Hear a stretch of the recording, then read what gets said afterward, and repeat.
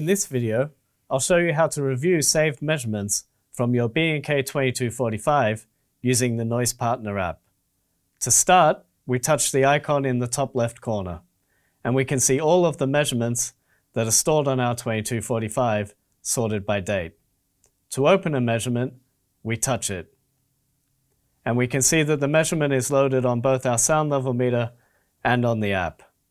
We can review the stored data in the same way we would if we had a running measurement.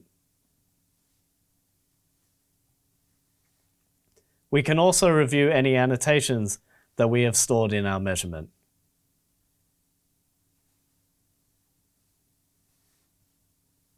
When we are finished, we touch the cross on the top left corner and we're ready to measure again.